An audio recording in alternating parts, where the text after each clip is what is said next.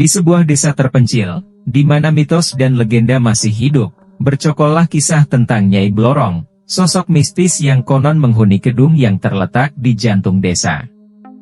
Legenda ini turun-temurun, diceritakan dari mulut ke mulut, semakin lama semakin menyeramkan. Kisah ini akan membawa kita dalam perjalanan mencekam, di mana batas antara kenyataan dan mitos menjadi kabur. Sebelum kita lanjut ke cerita kali ini, jangan lupa like, subscribe dan klik tombol loncengnya agar kalian tidak ketinggalan cerita terbaru dari channel ini. Di sebuah desa terpencil, di mana mitos dan legenda masih hidup, bercokollah kisah tentang Nyai Blorong, sosok mistis yang konon menghuni gedung yang terletak di jantung desa.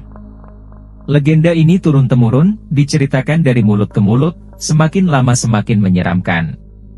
Kisah ini akan membawa kita dalam perjalanan mencekam, di mana batas antara kenyataan dan mitos menjadi kabur.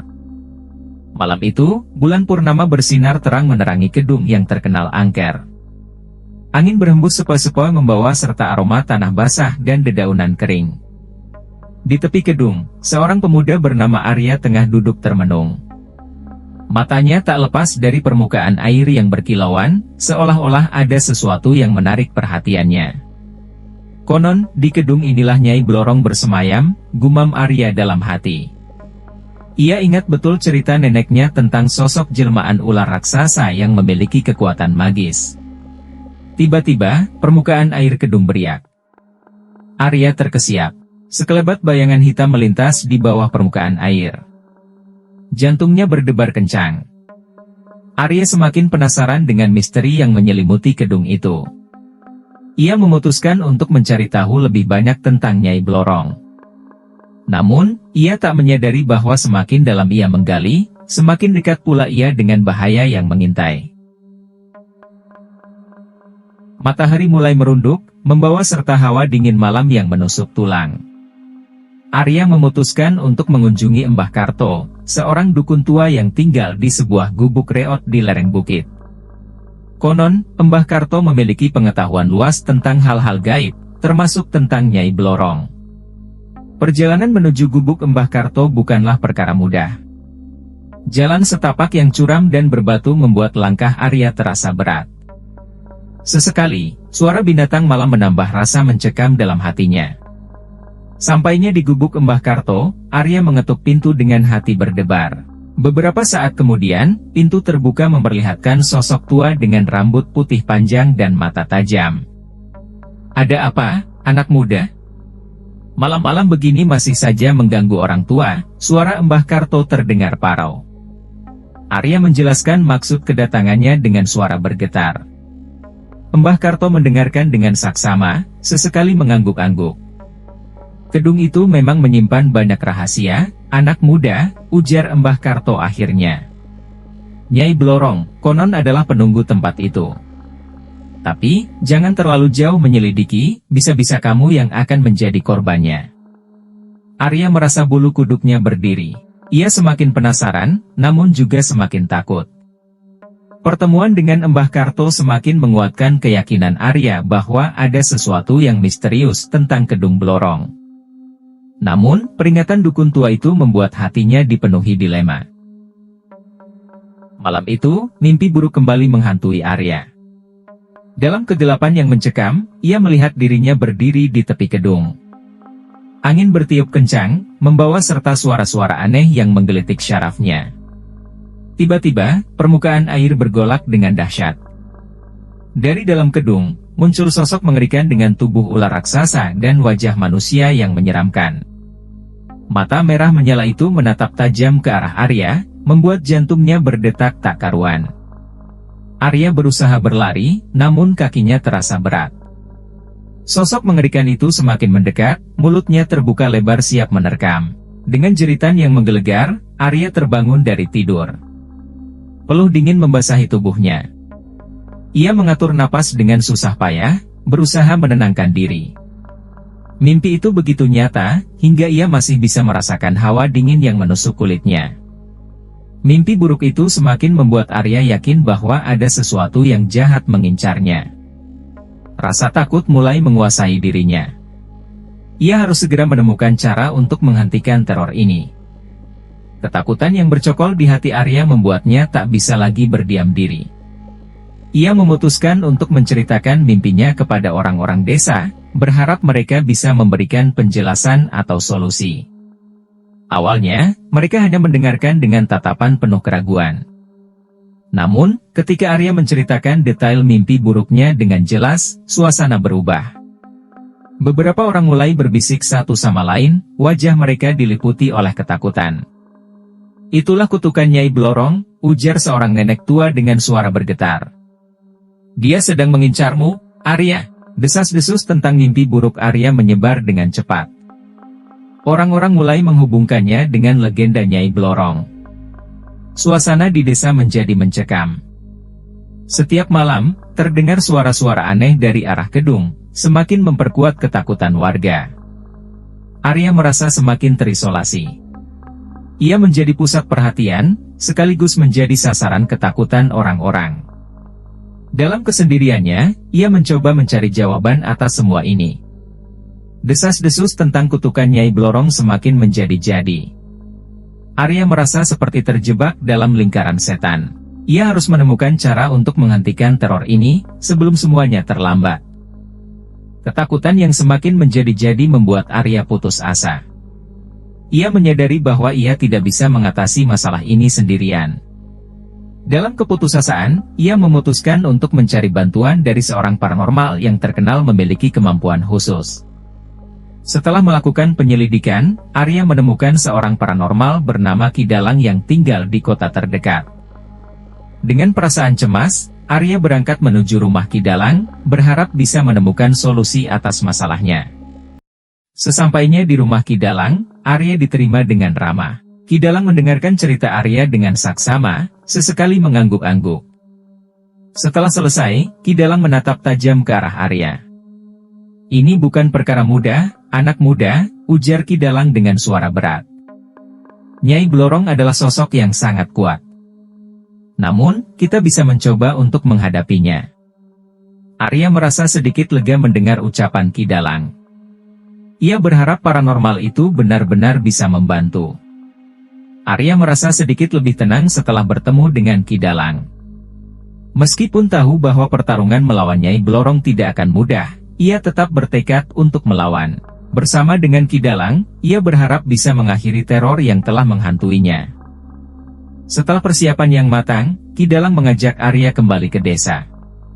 Malam itu, di tepi gedung yang angker, mereka memulai ritual pengusiran.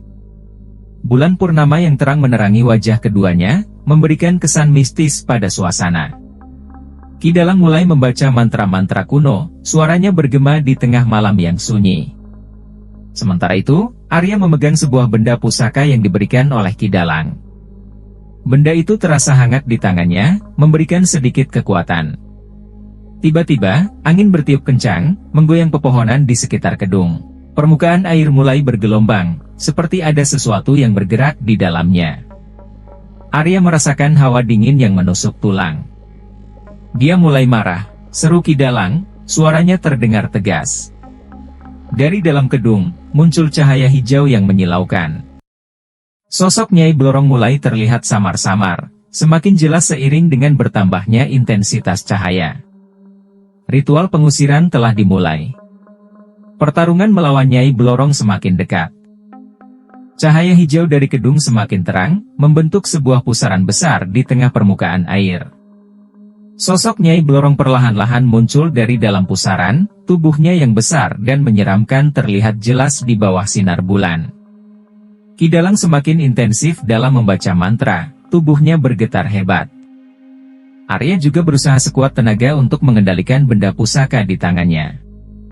Mereka berdua terlibat dalam pertempuran melawan kekuatan jahat yang luar biasa. Tiba-tiba, sebuah serangan dahsyat datang dari arah Nyai Blorong. Sebuah bola api meluncur cepat menuju Arya.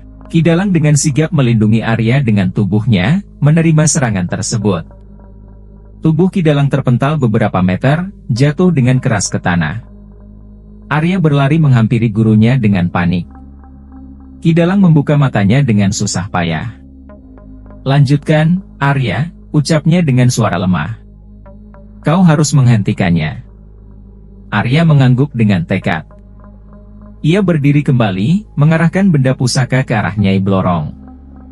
Dengan sekuat tenaga, ia mengeluarkan seluruh kekuatan yang ada dalam dirinya. Pertempuran antara Arya dan Nyai Blorong mencapai puncaknya. Nasib desa tergantung pada hasil pertarungan ini.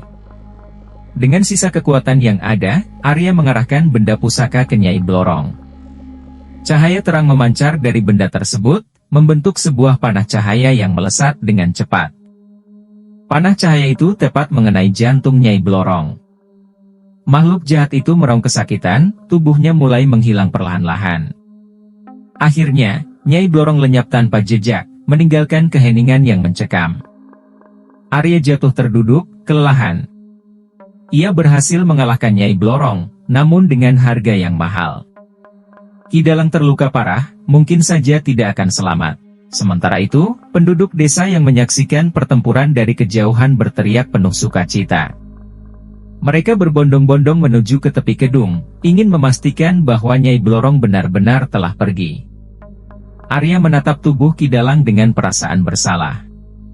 Ia merasa gagal melindungi gurunya. Air mata mengalir deras dari matanya. Arya berhasil mengalahkan Nyai Blorong, namun kemenangan itu terasa pahit. Korban jiwa harus dibayar untuk mengakhiri teror yang telah menyiksa desa selama bertahun-tahun. Setelah pemakaman Ki Dalang, Arya merasa sangat kehilangan. Gurunya adalah sosok yang sangat berarti baginya, tidak hanya sebagai mentor spiritual, tetapi juga sebagai seorang teman. Dalam kesedihannya, Arya mencoba mencari jawaban atas pertanyaan yang selama ini menghantuinya. Ia kembali ke gubuk Embah Karto, berharap menemukan petunjuk tentang Nyai Blorong. Di dalam gubuk yang penuh dengan benda-benda antik, Arya menemukan sebuah buku tua yang tersembunyi di balik rak buku. Buku itu berisi tulisan tangan yang sulit dibaca, namun Arya berhasil memahami beberapa bagiannya. Isi buku tersebut mengejutkan Arya. Ternyata, leluhur Arya memiliki hubungan erat dengan Nyai Blorong. Salah satu nenek moyangnya pernah menikah dengan seorang wanita yang memiliki kekuatan gaib. Wanita itu kemudian berubah menjadi ular raksasa dan menjadi penunggu Kedung Blorong. Arya merasa terpukul dengan kenyataan ini. Ternyata, kutukan Nyai Blorong telah menjadi bagian dari keluarganya selama bergenerasi. Penemuan mengejutkan tentang hubungan keluarganya dengan Nyai Blorong membuat Arya semakin terpuruk. Penemuan tentang hubungan keluarganya dengan Nyai Blorong membuat Arya terombang-ambing dalam pikirannya. Ia merasa terjebak dalam kutukan yang telah berlangsung selama bergenerasi. Di satu sisi, ia ingin meninggalkan desa dan melupakan semuanya. Hidup tanpa bayang-bayang Nyai Blorong mungkin akan memberikan ketenangan. Namun, di sisi lain, ia merasa bertanggung jawab untuk mengakhiri kutukan tersebut. Setelah berhari-hari merenung, Arya akhirnya membuat keputusan. Ia akan berusaha mengakhiri kutukan keluarga. Dengan bantuan buku tua yang ditemukannya, ia mulai mempelajari tentang kekuatan gaib yang dimiliki oleh leluhurnya. Arya menyadari bahwa untuk mengakhiri kutukan, ia harus menguasai kekuatan yang sama seperti Nyai Blorong. Jalan yang dipilihnya penuh dengan risiko, tetapi ia yakin bahwa ini adalah satu-satunya cara untuk membebaskan dirinya dan keluarganya dari kutukan tersebut. Arya memulai perjalanan panjang untuk menguasai kekuatan gaib. Ia sadar bahwa jalan yang dipilihnya penuh dengan tantangan dan bahaya. Namun, dengan tekad yang kuat, ia bertekad untuk mengakhiri kutukan Nyai Blorong. Berbulan-bulan Arya berlatih mengendalikan kekuatan gaib yang mengalir dalam darahnya. Prosesnya tidak mudah. Berkali-kali ia hampir menyerah, tetapi tekad untuk mengakhiri kutukan keluarga membuatnya terus berjuang. Akhirnya, saat yang ditunggu tiba. Dengan hati penuh keberanian, Arya kembali ke Kedung Blorong. Malam itu, bulan purnama bersinar terang, seolah mendukung perjuangannya. Arya berdiri di tepi gedung, memanggil Nyai Blorong dengan lantang. Dalam sekejap, permukaan air bergolak, dan sosok mengerikan itu muncul kembali. Pertempuran sengit pun dimulai. Arya menggunakan kekuatan gaibnya untuk melawan serangan-serangan Nyai Blorong. Cahaya-cahaya berwarna bermunculan dari tangannya, membentuk berbagai macam serangan. Kedua kekuatan besar saling beradu, menciptakan pemandangan yang menakjubkan sekaligus mengerikan. Penduduk desa yang menyaksikan pertempuran dari kejauhan hanya bisa berdoa agar Arya berhasil. Pertempuran antara Arya dan Nyai Blorong mencapai puncaknya. Salah satu dari mereka harus kalah. Pertempuran mencapai puncaknya. Cahaya dan kegelapan beradu dengan dahsyat. Arya merasakan kekuatan luar biasa mengalir dalam dirinya. Ia merasa seperti satu kesatuan dengan alam semesta. Dengan sekuat tenaga, Arya mengerahkan seluruh kekuatannya ke Nyai Blorong. Sebuah bola cahaya raksasa terbentuk di tangannya, kemudian melesat dengan kecepatan luar biasa menuju musuh. Nyai Blorong mencoba menghindar, namun serangan Arya terlalu cepat. Bola cahaya itu menghantam tubuh Nyai Blorong dengan keras, meledak dengan dahsyat. Cahaya putih menyilaukan memenuhi seluruh area. Ketika cahaya meredup, Nyai Blorong telah lenyap. Kedung kembali tenang, seolah tidak pernah terjadi apa-apa. Arya jatuh terduduk, kelelahan namun merasa lega. Ia telah berhasil mengakhiri kutukan yang telah membayangi keluarganya selama bergenerasi. Dengan berakhirnya kutukan Nyai Blorong, desa kembali hidup dalam kedamaian. Arya menjadi pahlawan bagi warga desa. Namun, kemenangan ini juga membawa kesepian. Ia kehilangan Ki Dalang, dan juga harus menghadapi kenyataan bahwa ia memiliki kekuatan yang berbeda dari manusia biasa. Arya menjadi sosok yang dihormati di desa. Keberanian dan pengorbanannya telah menyelamatkan desa dari ancaman Nyai Blorong. Ia sering diminta menceritakan kisah petualangannya, dan anak-anak desa selalu kagum mendengarnya. Meskipun memiliki kekuatan gaib, Arya memilih untuk hidup sederhana. Ia tidak ingin menjadi pusat perhatian dan lebih suka membantu warga desa dalam kegiatan sehari-hari. Kekuatannya ia gunakan untuk bercocok tanam dan menyembuhkan orang sakit. Kedung Blorong yang dulunya menjadi sumber ketakutan, kini berubah menjadi tempat yang indah. Airnya jernih dan dikelilingi oleh pepohonan rindang. Warga desa sering datang ke sana untuk bersantai dan menikmati keindahan alam. Arya sering duduk di tepi kedung, merenung tentang perjalanan hidupnya. Ia merasa bersyukur atas semua yang telah dialaminya. Meskipun masa lalu penuh dengan duka, ia telah menemukan kedamaian dan kebahagiaan.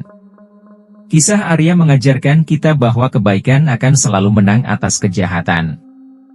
Meskipun menghadapi rintangan yang berat, kita harus tetap berjuang untuk mencapai tujuan. Selain itu, kisah ini juga mengingatkan kita tentang pentingnya menjaga keseimbangan antara alam dan manusia. Demikianlah akhir cerita kali ini. Saya mohon maaf apabila banyak salah kata dalam pengucapan saya. Sampai jumpa di cerita berikutnya.